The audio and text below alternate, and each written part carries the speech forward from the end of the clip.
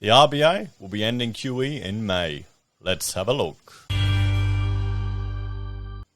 Hello everyone, Florian.heise here and welcome to another episode of HeiseSays. Grab your stein of coffee. Let's have a look at this article from Yahoo Finance, originally from Bloomberg. The RBA says tapering and QE will end in May. It's consistent with forecasts. So, the Reserve Bank of Australia said tapering its bond buying program at the first meeting of 2022 and ending it in May is consistent with the existing forecasts as policymakers presented an upbeat view of the economy. The RBA's board discussed two other options for quantitative easing. It could cease purchases in February if better than expected progress was made towards its employment and inflation goals, according to minutes of the December 7th meeting released Tuesday. The third option was to taper in February and review again in May if progress was slower. These options reflected the expectation that the economy would continue to bounce back, the minutes said. The emergence of the Omicron variant was a new source of uncertainty, but it was not expected to derail the recovery. The RBA's debate comes against the backdrop of global counterparts accelerating their winding back of stimulus to counter mounting inflation pressures. The RBA's final decision will be announced February 1, the first meeting of 2022, giving policymakers time to assess the economy, with readings on inflation, the labour market, and retail sales due in coming weeks. The bank also said that risks to the recovery from the Omicron variant would also be clearer by February. Hopefully by February we're seeing that the Omicron variant may not present a risk to the recovery at all. Wouldn't that be good? Could you imagine the approach to next year if that was so?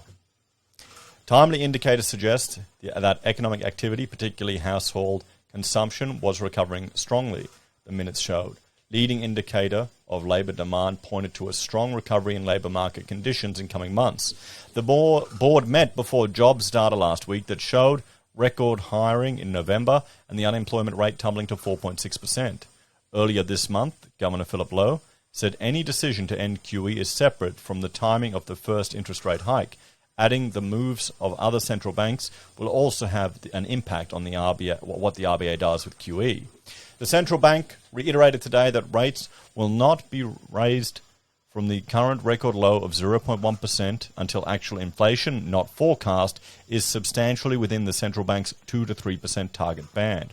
This will require the labour market to be tight enough to generate wages growth that is materially higher than it currently is, the RBA said in the minutes. This is likely to take some time and the board is prepared to be patient. The RBA faces a shifting tide on global monetary policy. The Federal Reserve last week announced plans to speed up its own tapering and signalled a likely faster pace of rate rises in 2022. Similar factors are playing out in Australia's $21 trillion economy, with jobs growth surpassing all expectations, consumer spending resurgent and business confidence strong. But inflation is still tepid, a major reason why the RBA has reiterated its lower for longer rates message. The downside risk is the Omicron variant of the coronavirus, which is spreading rapidly. New South Wales, where Sydney is state capital, clocked a record 3,057 infections on Tuesday, up from 2,501 on Monday. The spike in cases comes as state authorities press ahead with a rollback on virus restrictions.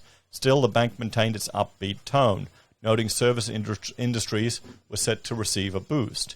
The outlook for travel and education exports had improved somewhat on account of the international border reopening earlier than previously assumed, the minutes showed. Education exports were expected to contribute to GDP growth over the coming years. So there we have it, everyone. The RBA tapering QE potentially in May. Well, what do you reckon? We'll have to keep an eye on it. Hopefully next year the economy will be going well and everything will be good. We can be a little optimistic. Let's have a look. I want to show you to this video about QE coming to Australia that I published some time ago. Have to keep an eye on it, guys. What do you reckon? What's your prediction for next year? Good or bad? I've got another video.